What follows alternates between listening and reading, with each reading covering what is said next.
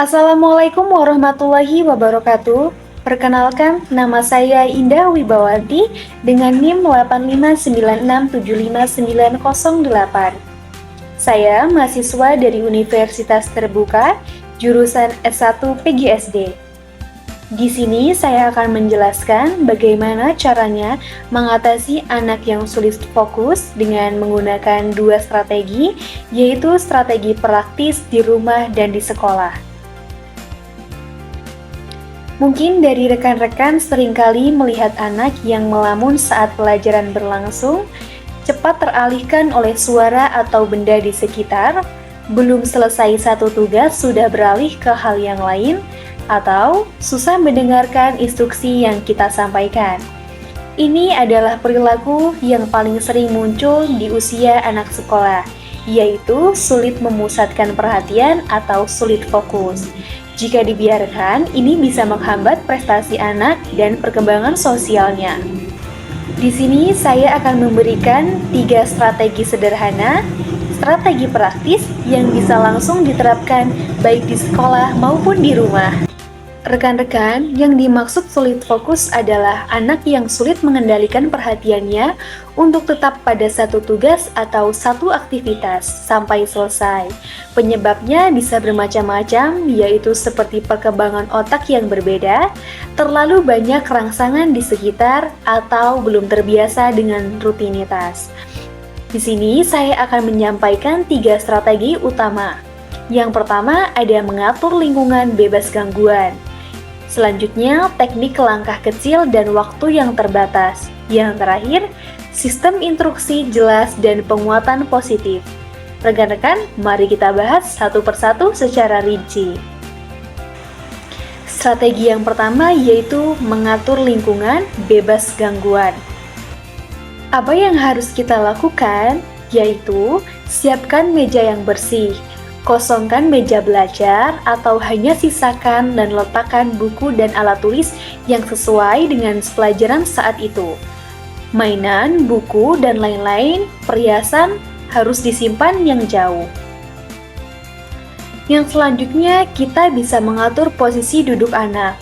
Untuk di sekolah, dudukan anak di barisan yang paling depan, jauhkan dari jendela dan pintu yang ramai, dan dekatkan dengan teman yang tenang.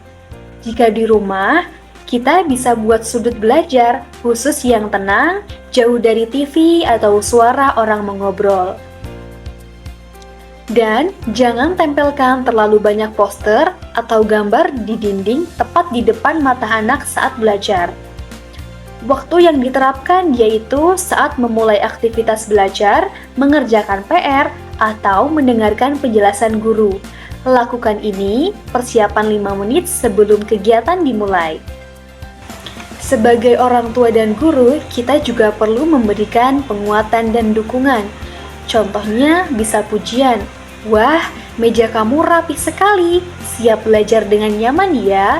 Atau bisa juga kita memberikan reward sederhana seperti, jika dia bisa menjaga mejanya tetap rapi sampai selesai pelajaran, berikan anak stiker atau hak istimewa memilih lagu atau cerita. Cara memonitor anak yaitu cek sekilas saat mulai di tengah pelajaran. Jika mulai berantakan, ingatkan dengan lembut.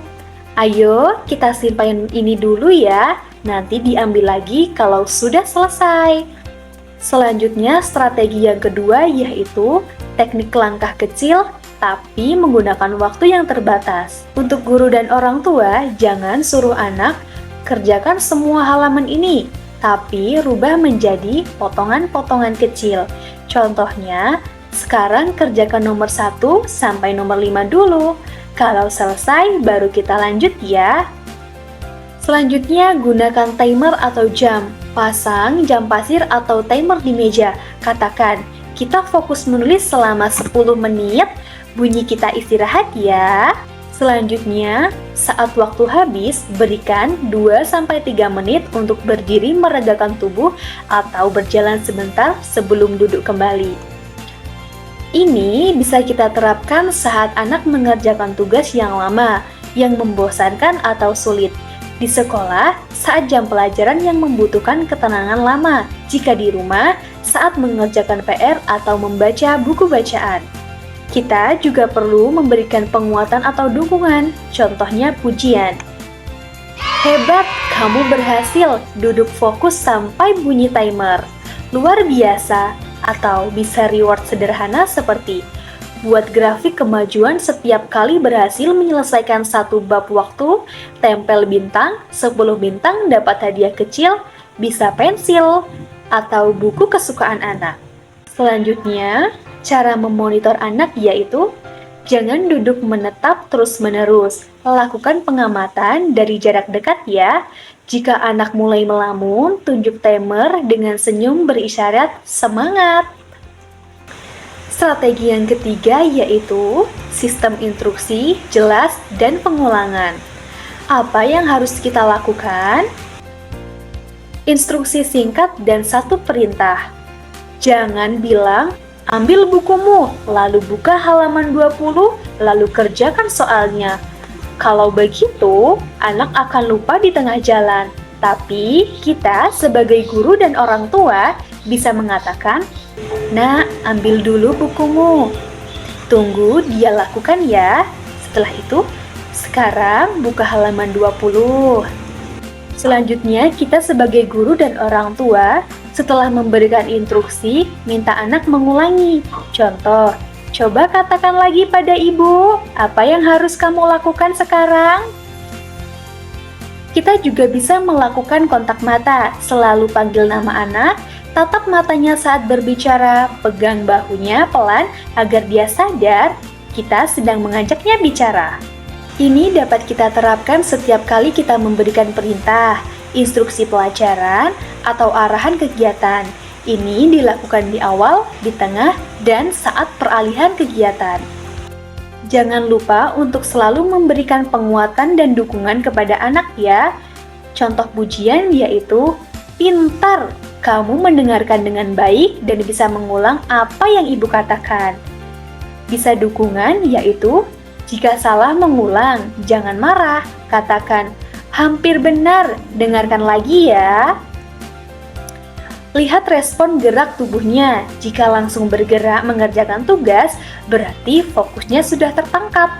Jika diam saja, berarti instruksi belum masuk, ulangi dengan nada yang lembut. Jadi, ringkasnya yaitu, yang pertama, Bapak dan Ibu bisa bersihkan gangguan yang ada di sekitar anak. Bagi tugas jadi kecil dan gunakan waktu, serta bicara singkat dan minta ulangi perintah. Pesan dari saya, perubahan tidak terjadi dalam satu hari, butuh konsistensi dan kesabaran. Jika kita rutin menerapkan ketiga strategi ini, perlahan tapi pasti kemampuan fokus anak akan semakin terlatih dan membaik. Itu tadi sedikit penjelasan saya mengenai mengatasi anak yang sulit fokus dengan strategi praktis di rumah dan di sekolah. Semoga rencana bantuan sederhana ini bermanfaat baik di sekolah maupun di rumah ya. Terima kasih, mohon maaf apabila ada kesalahan. Saya Iri, wassalamualaikum warahmatullahi wabarakatuh.